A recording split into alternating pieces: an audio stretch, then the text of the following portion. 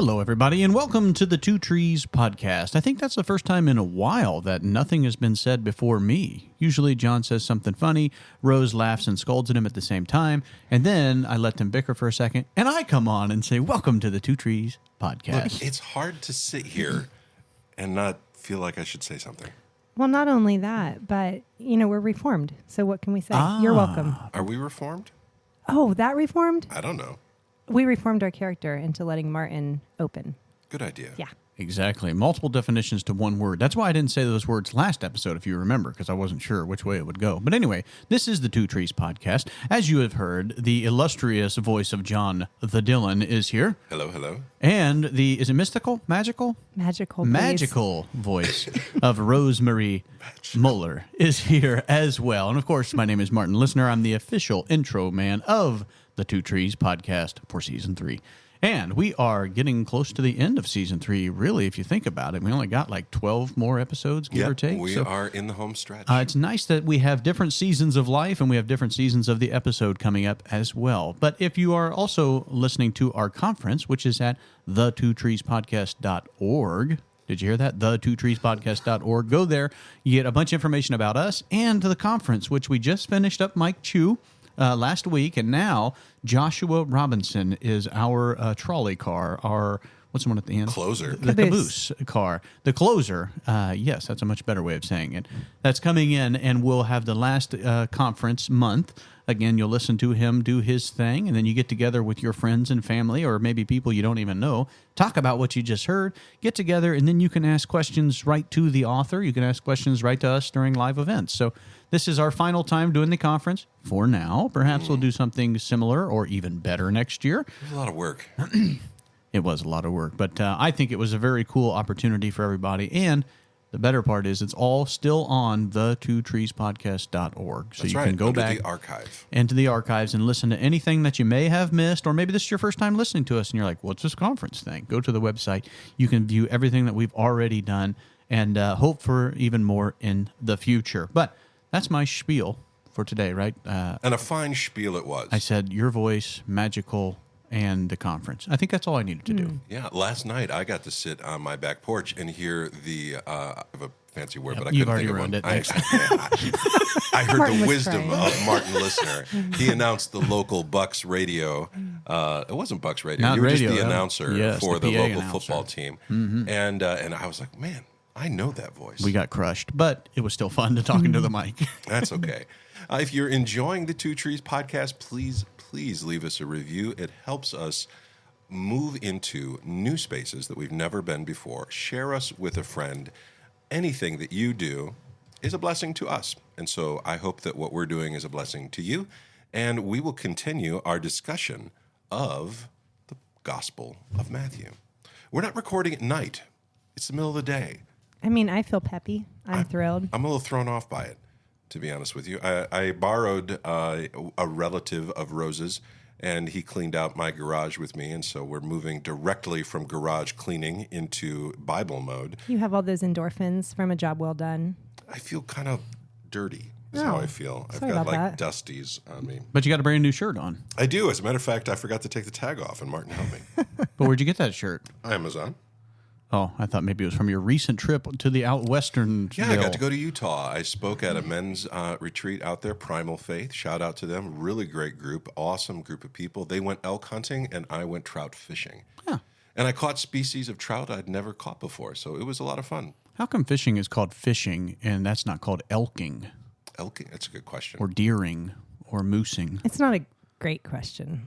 It's not even really. I don't have an answer for Yeah. it, though. You think it's a bad question? Well, I mean, All your questions get answered, I Rose. think that, that's because I ask good questions, No. Or questions you should already know. Or Really something. quick, I'm going to speak into this and then we can move on. I think it's because hunting can cover so many different species. Whereas Except fish? Fishing, they're just like, aren't they just like models or varieties? You don't call it bassing. You don't call it It's a species. trouting. Same idea.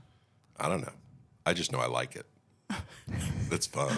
That's all we got to say I about like that. to catch the fish. This is like the opposite of normal. I would normally be like, it sounds cool. John's like, let me tell you exactly what it means. I have no idea why. I just know I enjoy it. All right. Well, we are moving into the fourth of Jesus's 5 sermons in the Gospel of Matthew, and really they are the heart of the gospel. We like the miracles, obviously. We like the parables because they're cool. And all of the little glimpses and windows that Matthew has created for us to see Jesus in the text. But in the book, he has centered the entire book around 5 sermons to match the idea of the 5 books of the Pentateuch, that Jesus is the new and better Moses, the fulfillment of the law. If you're interested in that idea, you should read the book of Hebrews. The author of Hebrews, whoever he or she may have been, they break this idea down for us in the book of Hebrews. But Matthew doesn't tell you, he shows you. Instead of taking the time and tell you this is exactly what I'm doing and why, he leaves patterns in the text for you to look at and say, wow, does this remind me a lot of Moses or Elijah or this Old Testament text or story? I have a question. Take a drink. Make it a good one. Yeah, it is. It's going to be great. So I know we talk a lot about Matthew this season, and we've said over and over, like the literature and stuff, and this is ancient Near East like way to write things and yada yada. But the book of Mark doesn't follow that pattern, does it? No, Mark has a different pattern. Mark is the fastest paced of the Gospels. And I think maybe a Western reader would identify most with that because it's quick and it's moving very fast. But he has a question at the root of his gospel. And the question is, who is this man? He will present something amazing. And you're supposed to ask, who is this? Who could do that kind of a thing? Whereas in Matthew, it's stated right at the beginning, this is who this book is about. That's right. And so I think that because Matthew and Mark, I feel like, well, and maybe John, I kind of like bounce them against each other, like Martin did last week. He was talking about the same account in Mark that we were following in Matthew, and it does kind of give you a more full picture between the two of them, but they are not told the same. Yeah, even the synoptic gospels, Matthew, Mark, and Luke, they're called the synoptic gospels because their content is very similar. The way that they wrote them and the reasoning behind why they wrote them that way is unique to each book. And so they really aren't carbon copies of one another, even if they are telling the same story. You're supposed to, for instance, when you read Mark and you say, man, this is not normal. What kind of a person could do this? And then you hit the point where you have the declaration of Jesus' identity as the Christ, the Son of the living God. And then everything kind of comes into focus through the lens of the crucifixion and the resurrection. I think that's a really cool thought process to go through, if I can get what's in my mind out into my words. When you look at it, the Holy Spirit told these guys what to write, but didn't tell them how to write it. If God wanted to show his reverence or his providence over the creation, he could very easily have picked people on opposite sides of the world and had them write the exact same thing, word for word, line for line. And then you could say, wow, this must be inspired by the Holy Spirit. But when we go through our day-to-day lives, there's a lot of people in this world that have been called to do basically the same thing, if not identically the same thing. And yet they live their lives maybe completely different, definitely with variety involved in it.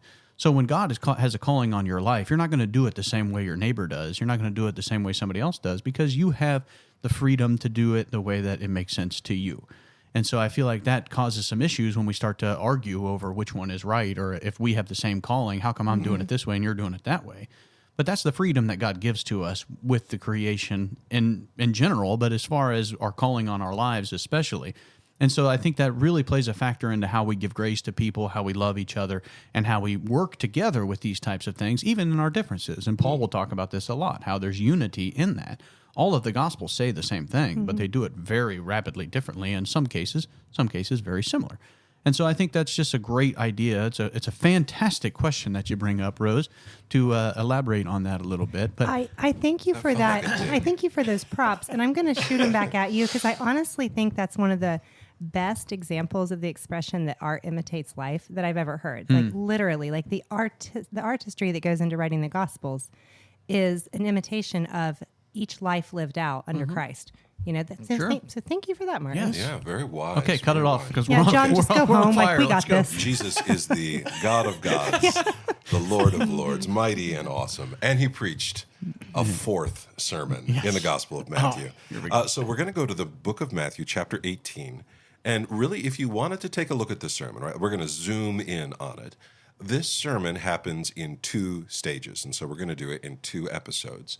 And the way that most churches handle the Gospels is we take a story or an idea or like one thought in the passage, and we turn that into its own sermon, into its own study. And what often happens is we begin to think of these as individual islands, just kind of their own thing, when they're part of a greater whole. And so when Matthew is recording these, he's telling you Jesus put together this sermon in 2 parts, and you can read it in the understanding that all of these thoughts lead into one another, and then they end with a parable. The parables aren't free floaters.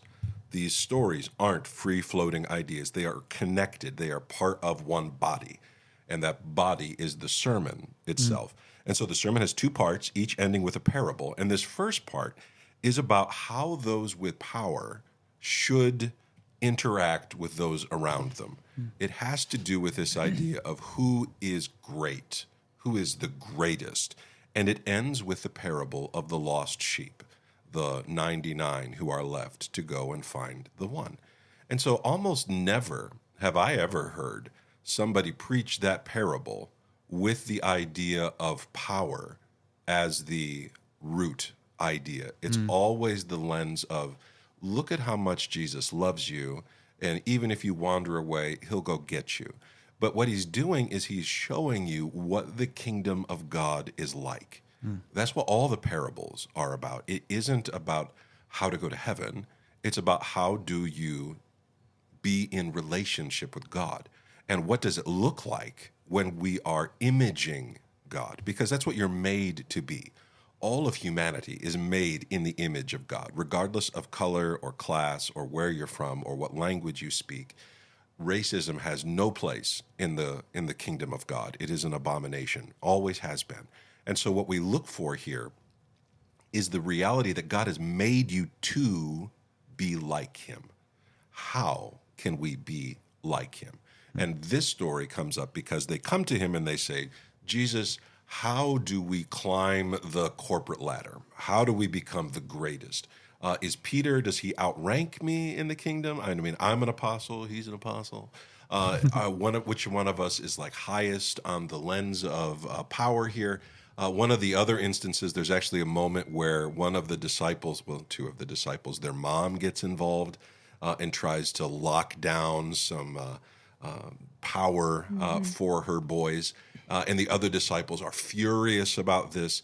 And really, this is all happening while Jesus is telling them, we are on our way to Jerusalem where I will lay down my life. And they won't hear it. It goes in one ear and out the other. And you get this frustration almost. Why aren't you guys listening to what Jesus is saying? Why are you pretending that he just didn't say that? And you get this in Peter, right? I'll never let that happen. Even to the extent that in the garden, Peter takes out a great big knife and chops off a guy's ear, which I used to think was like just a really good shot, right? Just, wow, got his ear. It's because the guy probably had a helmet on and his ears were uncovered. That was funny. You mentioned a couple weeks ago, you're like, I don't think he was aiming for his ear. I always thought that. I was like, man, Peter, he's like a trick shot. Zorro? Kind of. Yeah, exactly. So let's pick it up in chapter 18 and verse 1. At that time, the disciples came to Jesus, saying, "Who is the greatest in the kingdom of heaven?" And calling to him a child, he put him in the midst of them and said, "Truly I say to you, unless you turn and become like children, you will never enter the kingdom of heaven. Whoever humbles himself like this child is the greatest in the kingdom of heaven. Whoever receives one such child in my name receives me. But whoever causes one of these little ones who believe in me to sin, it would be better for him to have a great millstone fastened around his neck and to be drowned in the depth of the sea." So the question they're asking, who is the greatest in the kingdom of heaven? And I don't think they're asking like rank the prophets, who's the coolest, who's the best. They're talking about themselves. Please establish for us who is the boss so that we can get the pecking order right. Who do we have to listen to? Who are your right-hand guys? Does Bartholomew, does he rank up as high as Thomas? How does Thomas compare to this? And that's a very human thing for us to do. We want that clear, chart of how authority flows. And instead what Jesus does is he says, you want to know who's the greatest in the kingdom of heaven? Bring me that random kid over there who is not one of the disciples, who has not been going around and doing these things. Jesus doesn't say, well, let's have a contest and see who can call fire down from heaven, or how many demons have you cast out, or how many revival services have you preached, all of the things that we might be tempted to gauge success on. Jesus ignores, and instead, he says innocence. What's interesting, and you just mentioned it, I don't know if you did it on purpose, but you said, bring me a random child. This wasn't a child that was like the top of his class. This wasn't a child that had proved himself anything, right? It just says, bring a child to me. Because Jesus isn't looking for what we have done. He's not looking for anything that like this kid has done or what Peter did and Bartholomew didn't or anything along those lines. So it's not a way of earning a spot. You can't be promoted in the kingdom by what you have done. And so I think that's a very important point, that it's not just like, give me that one kid that answered the question right. Where is he? He had blonde hair. He had this, whatever. It's just bring me any innocent human being. And because that is the model. That's right. He's highlighting a quality, right, not an achievement. And even though we'll say things like, oh, we believe salvation is by grace through faith and not of works, we want our works to be applauded. And we talk about things this way. I remember once this lady found out I was a pastor, and immediately she's like, oh, yeah, well, what's the longest revival service you've ever done? And she was trying to be like, well, if it isn't this long, then like I know better preachers than you. And I just don't care. And that really, I think, upset her, because I'm not interested in trying to check stats. Wouldn't it be the shortest would be the best? Because it took you the least amount of time to convert everybody? You're just a golfer. You're just, that's your thinking process there. Think more cricket, I think, was her involvement there. But the idea here that Jesus, he's showing and not telling. He doesn't even give us the name of this child. Right. He says, bring me a child, in the child who apparently is following them. Probably one of the children of maybe the disciples, maybe of the other people who are following Jesus as he teaches and he preaches. But children were, as far as I know, they're not the center of any of the religious movements of the ancient world. You don't have this glorification of childhood in the ancient world. We, as modern Westerners, have kind of invented this thing called adolescence, where childhood just continues into your early 50s, and people, you just, he's a young guy. That wasn't there. You were expected to be a grown-up very early in life, and you didn't give seats close to the rabbi to the unappreciative. If there was somebody there who was most likely not going to get a lot out of what Jesus was saying, it's probably going to be the youngest in the crowd. Just because they're children. They're distracted easily. They're loud. They're going to play. They're going to wander off. And honestly, this may sound like grown-ups because we're just bigger versions of this. But children were to be not even seen, let alone heard. You kept them out so you could do the big, important business of the day. Right. And what Jesus is saying is, no, the whole premise of you understanding what I'm telling you is that you can be like a child, that you can find joy even in simple things, that you can find an innocence that you haven't had for a very, very long time. And so in one smack, right, he puts the disciples in their place, and he lifts up those who are on the outside of society. This is typical Jesus actions. Go ahead. Do you think that you use the word innocent, but it says humble? Well, yeah. I was going to ask the same question. Yeah. Go ahead. I whoever humbles himself like this child. Do you think that humility is a hallmark of being a child, or do you think innocence? Because I don't know that they're the same thing. I think in the way I'm using them, they would be the same. Imagine for a moment that you are at an event where the Messiah, the most important person ever, is there, and you are called up on stage as a child, most children, except for mine, would not humbly walk up on, well, not Patrick probably would. Mm-hmm. That idea of, oh, I'm the center of attention now, am I in trouble? There's kind of this humility in walking up onto the stage or onto center stage. So some other words that come to mind would be like naive or immature, or these are all things that sometimes are part of childhood. But I think especially watching my grandson play and learn, like, oh my goodness, he thinks he is the shizzle. Today they're laying pavers over at our house, and he's got his hammer, he's got his little trowel and all that, and is helping. Massive air quotes. But to watch him, he watches them do something, and then he does the same thing, you know, and he's close to your Matthew's age, and you probably see this all the time. So I think maybe more what I'm, as we read through this, is the willingness to be taught, to know that you don't know something, and to be taught. Yeah, and also to know I shouldn't be up here. This isn't a place where I am naturally going to, like if you took Teddy and you just set him up on the pulpit, and we all just looked at him and waited for him to say something, he would quickly run to his mom. He would go and find wherever it is that he's supposed to be. He doesn't feel like this is my natural spot because I am so important. Among his own people, though, kids they're powerhouses and they love attention. But what Jesus is highlighting here is not that you are to be like a child in every way. He's highlighting a quality of humanity. And if you look at what these guys are asking him, that's right. How do we become the best? Like he's not saying, hey, you got to chew with your mouth open, and if you could not be potty trained. Like you have, and an American always loves to find where the illustration breaks down and go directly there. But what they're asking is, how are we the best? How can we become the best? They're not asking who is it because they need to know. They're wanting to be the best. And Jesus does the same thing he does with everybody else that asks him a question about what can they do to become a quote-unquote better person.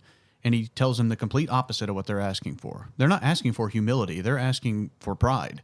They want to be lifted up. And also, Jesus says, if you want to be more powerful, you need to do the complete opposite of what you're doing right now, buddy. And also notice the child, just as Jesus called him to him. And the child came. So I'm getting to that too, because the child is humble in his own spirit and his own thing. He knows that he's not supposed to be in the spot that he is, but he becomes the star of the show when he's connected to Jesus. Right. These guys are doing the complete opposite. They're like, I don't need you, Jesus. How do I become the center of attention? And he says, you're doing the complete opposite of what you need to do. Watch. Hey, random dude, come over here. It doesn't have to be a kid. It has to be someone that exemplifies humility. It could have been any adult in the room as well. They could have said, hey, here's the guy that you don't talk to because he has leprosy. Here's a woman at a well. Here's a whatever. All these examples are people that know they don't fit in or they don't have status. Right. And that child would have been surprised to suddenly find himself. And Jesus says, over there you are nothing. Right. With me you have status. That's it. And that's where we're going with this. I mean, how would the mother of this child have reacted?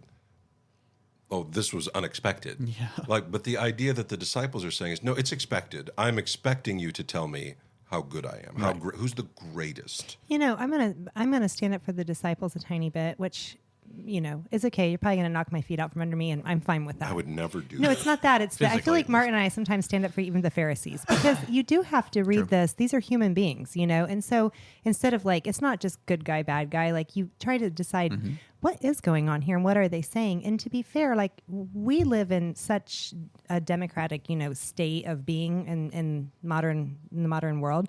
But they lived in more societies that were hierarchical, and they were also, and this is a kingdom. It's literally a kingdom, and they would have known there is a pecking order in kingdoms. So they might just be saying, I'm not saying their motives weren't, I want to make sure I know where the slot is, that I can get the best. But it's a fair question. Who's going to be the greatest? How is this kingdom of yours going to work, Jesus? And that's fair. But even asking it like that, there's a different thought behind it. They didn't say, okay, now Jesus, just out of curiosity, tell me what the layers are going to look like. What it's going to look like. Right. They said that's not the nature of the question. How do I rank among my peers? Right. Mm-hmm. Which of us is the greatest? And you there are other moments in the Bible where this pops up. The most famous of them is when James and John's mom gets involved, and then the other disciples are furious. because they are all jockeying for power. They didn't think of bringing their moms. And to me, that's kind of the discernment that you need to have when you're reading the Scripture and when you're being a Christian in modern day life. Is like, is the question being asked in the sense that you just asked it? And I think the answer is no, Right. because of what you're saying. Their mom Well, comes how to they lobby worded for it. them, and they Yeah. come, and just the way that they are approaching life and then asking the question. It's a pretty big coincidence for them to just be doing it out of happenstance. They want to know something about their own life. Yeah, let's imagine for a moment, like your family is at home laying pavers. If we went over there and we took a random person, and this random person says, all right, who's the boss here? What are the odds they would go to your grandson?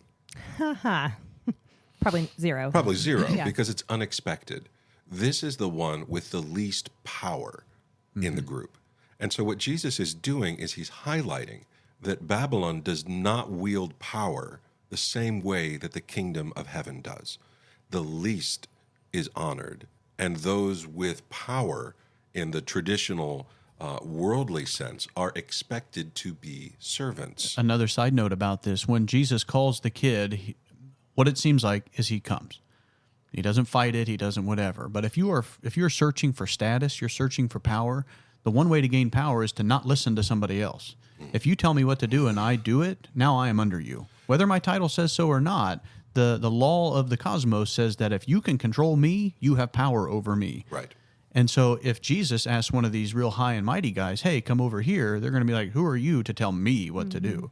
The kid doesn't react like that. In fact, he is open and welcome to come to Jesus. He wants to do that. And the other passages, make this clear. Suffer the little children to come unto me. Like, unless you become like this, you're not great in the kingdom of heaven, but you're not part of the kingdom of heaven. You're not doing what I'm doing. You're not reflecting the nature of God.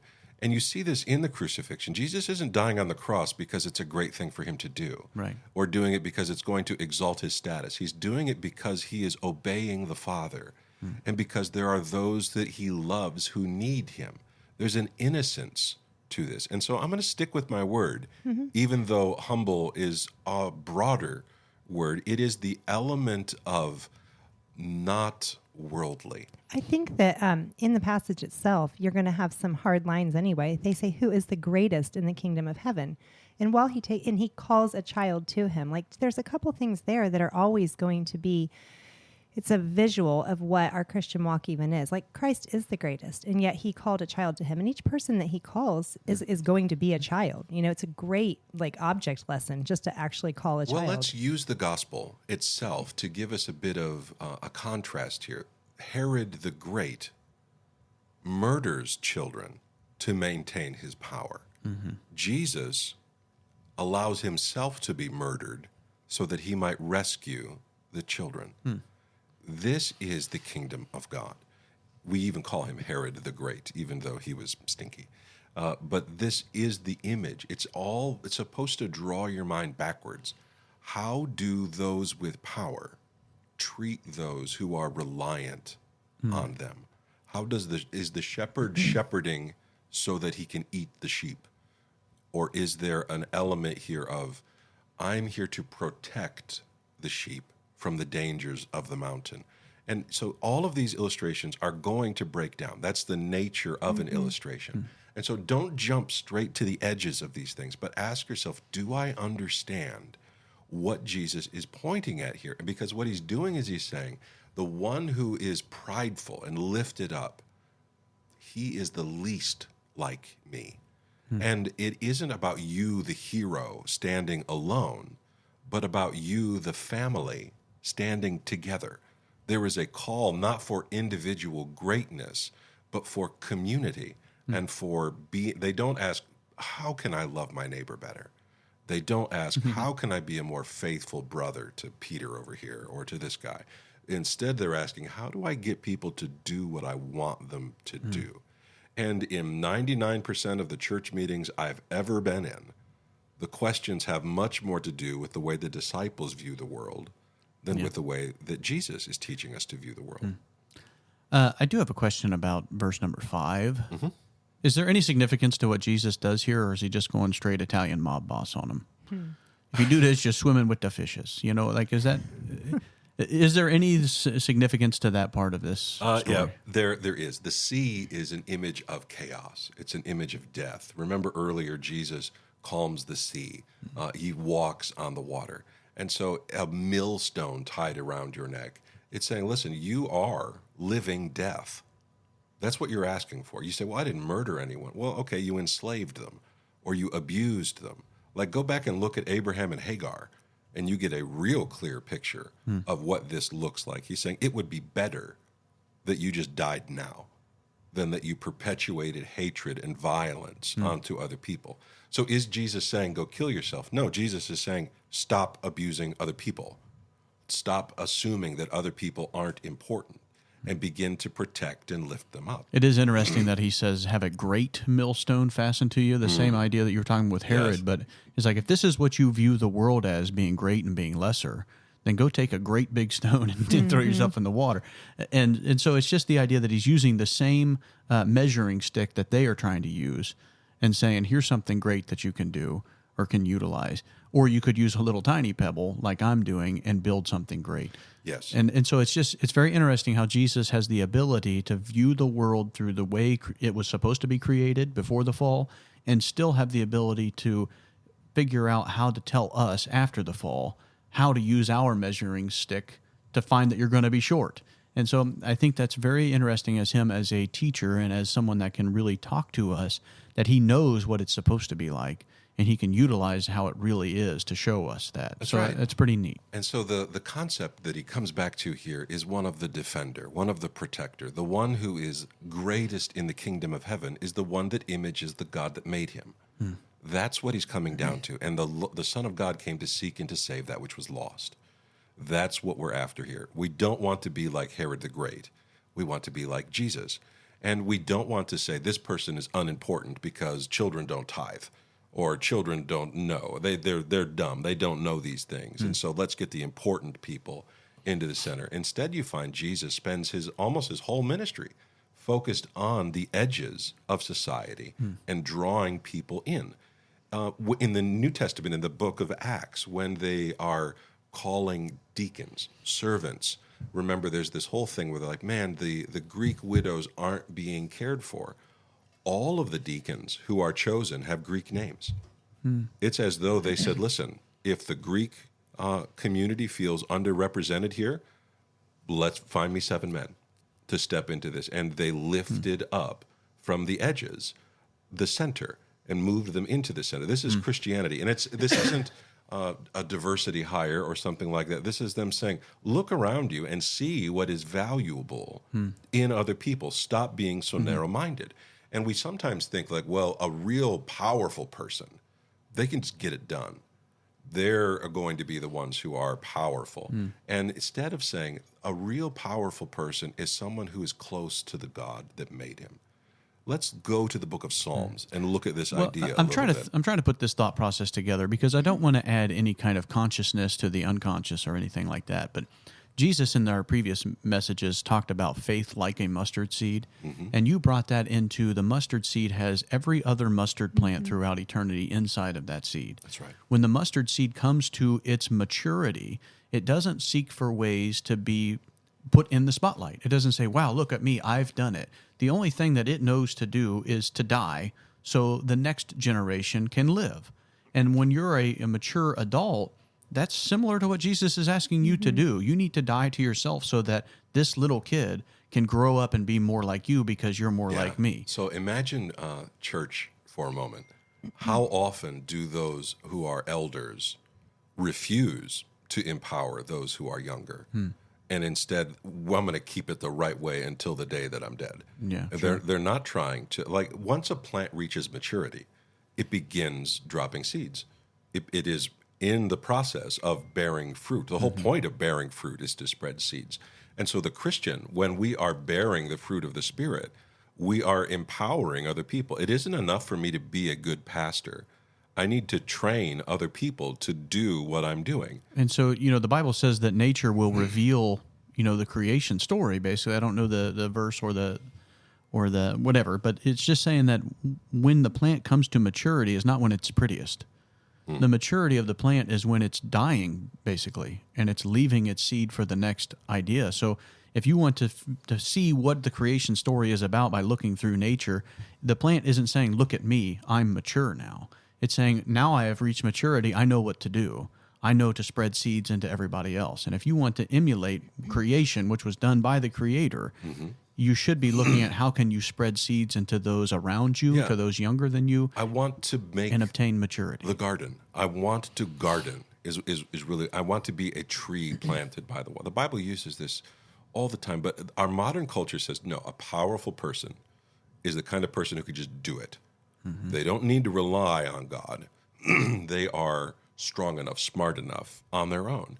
And the children need to just get on board and know their role and be quiet and be respectful of their elders. And that's the only thing we want from them. So what about the verse here? I know we're trying to move on, but with what Martin just said, he says, whoever receives one such child in my name receives me, but whoever causes one of these little ones who believe in me to sin, so on and so forth. So it's not just about keeping the status quo, about keeping your eyes down and moving forward in your Christian walk. And it is about sowing the seed and enriching each other, but it's also a responsibility that you might be affecting other people. Like your actions could cause another to sin. There's that word that means to trip or to stumble, to cause one. There's two words, and I forget. One is scandalon is the one. Is that what he's talking about here, where you actually could cause another believer? If I have power, it matters how I treat other people, not just because of the way I'm imaging, but because I am teaching. If I teach my children to be self-centered, this is me wielding my power to image the dark, not me using my power to image the God that creates. If I'm using them to acquire and not to give, then I am broken. That if the love of money has become the root of my existence, then we are failing as fathers. There must be an element where I want to draw others closer to Jesus. The disciples shouldn't then have gone and been like, oh, he wants that kid to be in charge, let's attack him, or to just disregard him. They should have honored that child because the Lord had honored that child. And so we are to move beyond this concept of important people do these things and begin to view ourselves as servants of the living God. What an interesting thing you just said. Do you think that the disciples then honored that child in any way, shape, or form? In this exact scenario, God says, this is what I want you to be like, or Jesus, excuse me. But do you think that they said, yes, we want to lift this kid up? Do you think that actually happened? Because think of all the times in your life when you're like, what do I do, Jesus? What do I do, God? And he says, you need to be more like this. And then you say, maybe tomorrow, or maybe later. He's giving them an example. He's giving them something to do right in front of him. Do you think they reacted like that? It doesn't say it in the book. I don't know. Eventually, they begin to act that way. Peter is going to lift up Mark. You're going to find the Apostle John is going to have lots of disciples that are called to him. And so they definitely get it by the end. I would like to think that they got over themselves. But just think of the application that you can do here. They're asking for a question, and they get slapped in the face with the opposite answer of what they're expecting. Like, hey, this is how you've been acting. I want you to flip around 100% and do it the other way. And then he says, by the way, here's an opportunity in the same sentence. Here, that's fascinating to me that he tells them what to do and then he gives them an example. I guarantee you none of them did it. That's my point, my thought. I'm not bet they were 0 for 12 on that day. I'm not going to lie.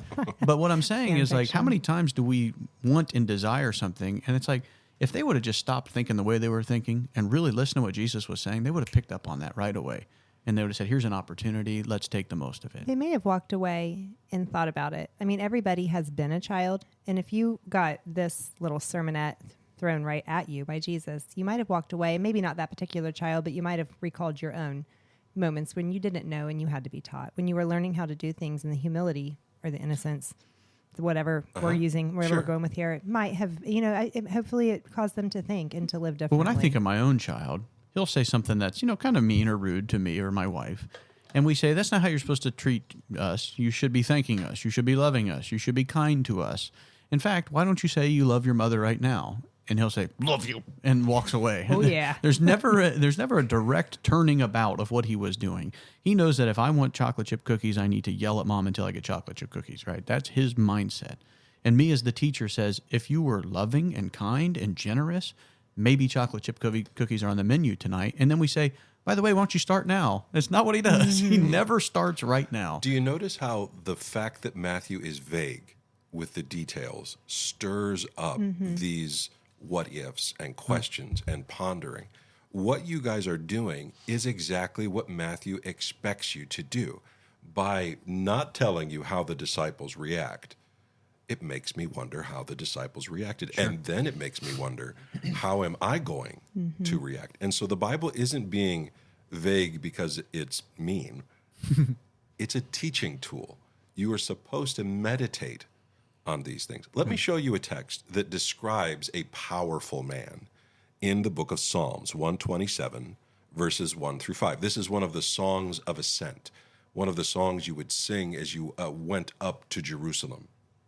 Unless the Lord builds the house, those who build it labor in vain. Unless the Lord watches over the city, the watchman stays awake in vain. It is in vain that you rise up early and go late to rest, eating the bread of anxious toil, for he gives to his beloved sleep. Behold, children are a heritage from the Lord, the fruit of the womb a reward. Like arrows in the hand of a warrior are the children of one's youth. Blessed is the man who fills his quiver with them. He shall not be put to shame when he speaks with his enemies in the gate. Most people are going to read this as two separate sermons, right? The beginning part where God's like, unless you're honoring me, you're not going to get the job done. And then there's this other thought about having lots of kids. And you fail to see that this is the same thing. What he's describing here is that greatness and power is connected to your love of the God that made you. Unless the Lord builds the house, we labor in vain to build it. Our power is not enough. We are to image God, to bear the fruit. This psalm is one of warfare through peace. The children are described as arrows. The man who can't keep the house and build it himself is described as great in the gate. You notice it doesn't say he doesn't have any enemies.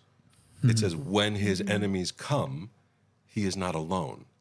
His children are around him, a visible sign of the blessing of God. And so there is in this passage a reliance both on the God that made me and on the blessings that God has placed around me. And so the children aren't a drain on my freedom. They're not a drain on my resources. They are the treasure that God has placed in your hands.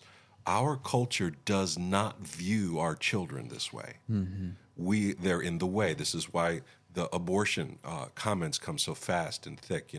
The idea is that they would mess up. They are the goal of what we're trying to do is to love the Lord your God, and to love your neighbor as yourself is not something that gets in the way of your calling. It is your calling. And if God has given you children, surround yourself with them. And if you are a child, stand by those who God has placed you with. There is a calling here to community. I really love it. And obviously it's a perfect image, right? Our children aren't always going to be lovingly standing behind us. I was married to my wife for over a decade before we had our first child. We thought we would never have children. Now I have two, and God has doubly blessed me. I don't have the 15-passenger van that some people have got hauling their kids around, but ancient people viewed children as coming directly from God. We don't think this way. Are we ready for a C.S. Lewis quote? Always. About time. Yeah, I know, right? I mean, and then you can follow it up with the sports If analogy. it's one about him playing sports. Oh, wouldn't that be awesome? No, he says children are not a distraction from more important work. They are the most important work. Yeah. And he didn't even have children, so, Well, he had adopted children. Easy for him to say. But the idea Later here in life. of saying, well, the important man, he's the builder of the fortress. No, the important man is the one who can stand in the gate and his children be with him. That's success. When your enemy stands against you. And I would say not all your children are related to you. Right. There are people who you, like like Paul and Timothy, who you just say, you are my son. I have brought you into my family. There is a powerful connection here of selflessness that isn't intending on using those people to lift my esteem higher, but I genuinely want to bless you. But you can see where, if we go back to the hierarchy of what the disciples were asking, if you say children aren't just people that are from my DNA and to a smaller version of me, they are those who are below me, big air quotes, below me in the race that Paul's going to talk about later in this discipleship that we are running. Am I more important than you because I am discipling you from above? Or because I'm more mature or I'm more elderly? So that goes back to the question that we're talking about with what were the disciples looking for with power. There is a natural inclination to have a hierarchy scale that I am the Father, you are the Son. Paul and Timothy. Was Paul more important than Timothy? I don't think Paul would say that. I think a lot of people would, though. There is that natural inclination that I am the smarter, wiser, older person, so I need to instill into you how to get up to where I am. And I would say that when we jump into that way of thinking, we are dragging Babylon's framework into the kingdom of God. And listen how Jesus reacts to it. The important one is the one that's below everybody. That's right. It's not Paul, it's not Timothy, it's way on down the line is the most important, the one that has not yet begun to talk about me. The one that has not yet begun to understand who I truly am is the one that is important because they are the only ones with the humility to come to me when I call. Yeah. That's wild. And then, so, okay, now I have power. I can make people do what I want. What is it you want them to do becomes the question that you brought up earlier. You know, hey, you urge them to sin. You teach them how to justify evil. You have led them into paths of sin and failed to teach them the things that they need to know to be successful. And this is the next thought that Jesus flows into because these are not separate sermons. They are all part of one. Let's pick it up in verse 7. Well, just think of Spider-Man. I'm lacking on sports analogies, so I'll bring up some comic books. I know what you're getting ready to say. So Uncle Ben is the obvious Yeah. answer. With great power comes great responsibility. But again, how art imitates creation, the idea is that the power is not utilized for myself. My power is utilized for those who are in trouble. Spider-Man never helps the king out. He never helps the president out. He's a friendly neighborhood Spider-Man. There's somebody whose cat is lost, and the kid has no power, no authority, no status enough to get the cat out of the tree. Spider-Man does. He uses that. He finds the problem. He does what he can to fix it. So now the question becomes, if I have power, I mean, I'm not Spider-Man, but I have the ability to do things. I am teaching my children and those around me all the time by what I do and what I value and how I move through life. What happens if we begin to call evil good and good evil? Which I think we would all say we've encountered this, both in ourselves and in other people. And this is where verse 7 picks up. Okay. Woe to the world for temptations to sin, for it is necessary that temptations come, but woe to the one by whom the temptation comes. Did you catch that? Temptation is not the same thing as sin. A temptation it's a it has to happen. You're going to be tested. Even Adam and Eve are tempted in the garden. But woe to the one by whom temptation comes. Which is the garden all over again. He's saying you are more like the snake than you are like Adam and Eve. Keep going. And if your hand or your foot causes you to sin, cut it off and throw it away. It is better for you to enter life crippled or lame than with 2 hands or 2 feet to be thrown into eternal fire. And if your eye causes you to sin, tear it out and throw it away. It is better for you to enter life with 1 eye than with 2 eyes to be thrown into the hell of fire. You guys aren't seeing the mob boss here again? I mean, it's aggressive Just saying. language. It's pretty boss. I mean, but is he saying then, okay, if your hand causes you to sin, first of all, your hand does not cause you to sin.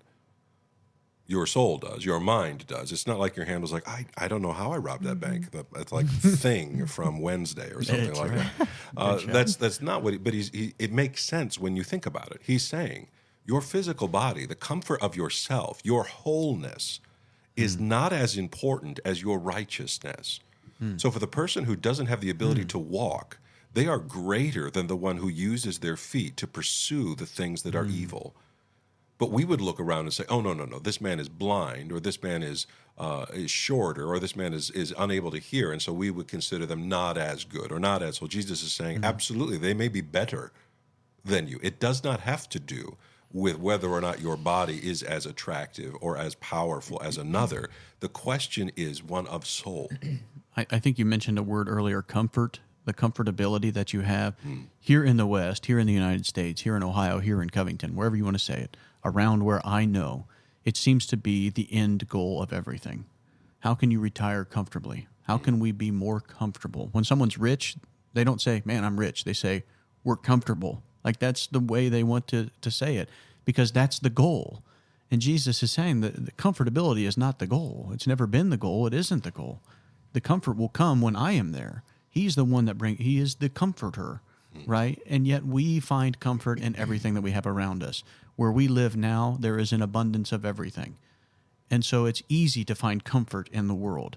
It's a lot easier when your heart is desiring the comfortability of the world. And so then if you live a life that teaches your children that your personal comfort is greater than the needs of others, it would be better that a millstone be tied around your neck and you be cast into the depths of the sea. If you teach those around you how to wield Babylon's power, the wages of sin is death, but the gift of God is eternal life. And so Jesus uses a teaching tool here called hyperbole, which is a fancy way of saying exaggeration. Huge exaggeration. Jesus is not saying, which of your hands is most sinful? Go chop that one off. This foot never goes the right direction. I'm just going to chop it off. He's making a point by exaggeration, and this is a huge teaching tool. Wouldn't it have been something that they would have understood? If they stole from the market, what would they do? You lose a hand. Chop off the hand. And so, again, Jesus understands how the kingdom of God is to work, and yet he utilizes an earthly way to explain to us what we're doing is right and wrong. And so if you over-literalize this and you fail to understand what Jesus is doing and talking about, you're going to end up teaching self-mutilation. And that's not what he's talking about. Let me show you an example of this. This is from the book of Job, Job 29, verses 2 through 6. Oh, that I were in the months of old, as in the days when God watched over me, when his lamp shone upon my head, and by his light I walked through darkness, as I was in my prime, when the friendship of God was upon my tent, when the Almighty was yet with me, when my children were all around me, when my steps were washed with butter, and the rock poured out for me streams of oil. So do you notice how similar this is to the psalm we just read? You have a man who is blessed by God, and his children are all around him. This is exactly what's talked about in the psalm. But notice the ending. He says, my footsteps were washed with butter. I don't think that was actually happening. I don't think he was saying, you know what? I walked up to this rock and it poured out streams of oil for me. He's saying, God blessed me so much. There was goodness around. Butter, I mean, the idea here is excess, right? He had enough, and there was comfort all around him.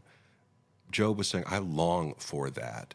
I miss that. I wish that was there. But no one reads this and thinks that, Job just had buttery feet. He's instead saying that, man, wherever I went, it was smooth. I could just slide right through life. It was this is hyperbole. And the Bible is filled with this. And so just because it says something doesn't mean that you have to literally read it. Instead, you have to understand what is being said. Like, for instance, we have Mike Chu just mentioned this in the lecture he gave last week. We have things that are called dead metaphors, like the Super Bowl is the one he gave. No one actually thinks that you are given like the best of the bowls if you win this. It is a picture that means something other than itself. I think of like the streets of gold. When you talk about heaven in the streets of gold, like as if we're going to need it to buy stuff or something. Like what does it mean if we have golden streets, right? Yeah. Like you're not going to pay property taxes so anymore. You can just be like, I can't wait to walk on gold. Okay, that's great. But there's also meaning behind the literal wording. And so Jesus isn't saying, go chop your arm off. He's saying, stop sinning. He isn't saying children aren't important.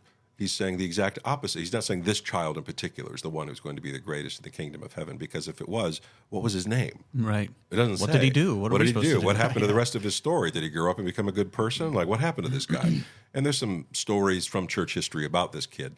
I can't prove any of them one way or the other. Pretty much everyone in the next generation was like, well, my rabbi was the kid. Never mind.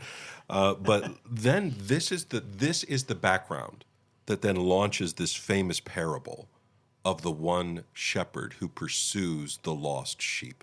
Let's jump to verse 10.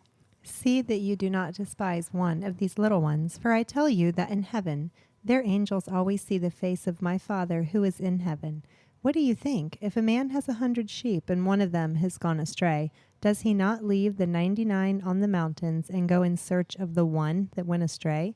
And if he finds it, truly, I say to you, he rejoices over it more than over the 99 that never went astray. So it is not the will of my Father who is in heaven that one of these little ones should perish. So this text is connected to the previous statements. This is not about God saying, you're the most important sheep. This is God saying, do you know what the shepherd is like? A great shepherd is the one who pursues the one who is in need. That is the one who is the greatest in the kingdom of heaven. Does this make any sense to you? That's interesting because, yeah, most people view you as the sheep that went astray. And that's true. I mean, Jesus will pursue you if you have gone astray. But it's interesting that you're saying that we are the shepherd in this case. We're supposed to be like the shepherd. That's who we're supposed to be emulating.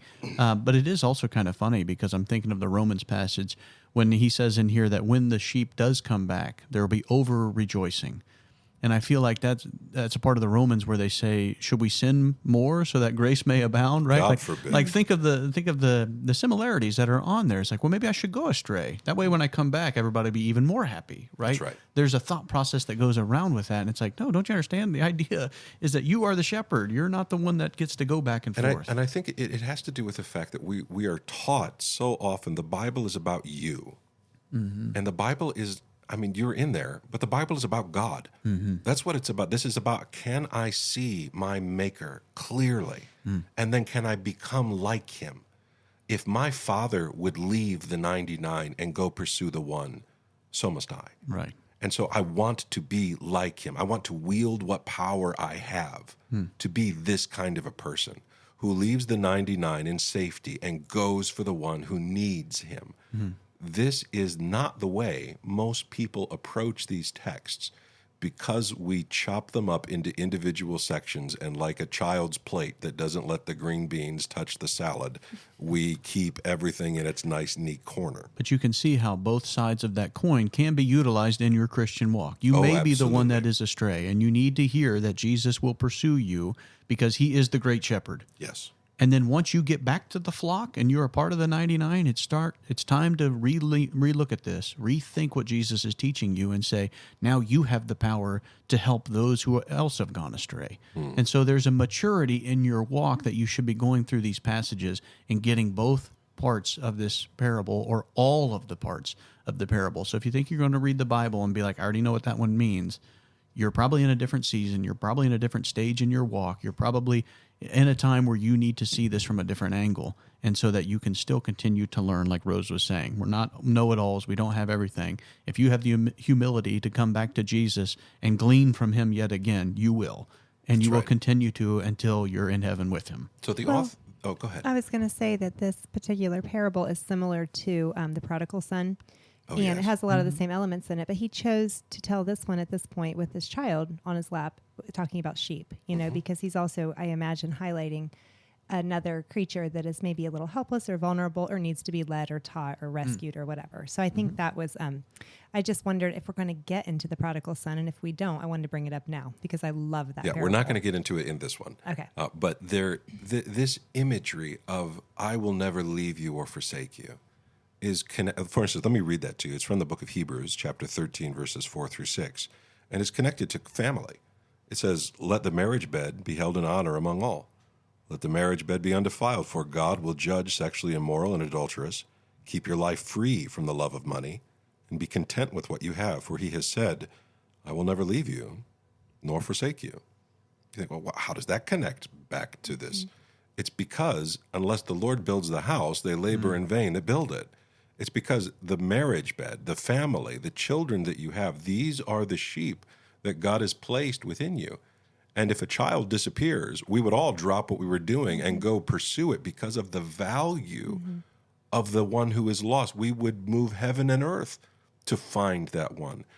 But we also have stopped valuing their voices sometimes, or we have held on to our power to such an extent that we do not allow them to have a role in leading and being part of the church and being part of the community and what God is doing.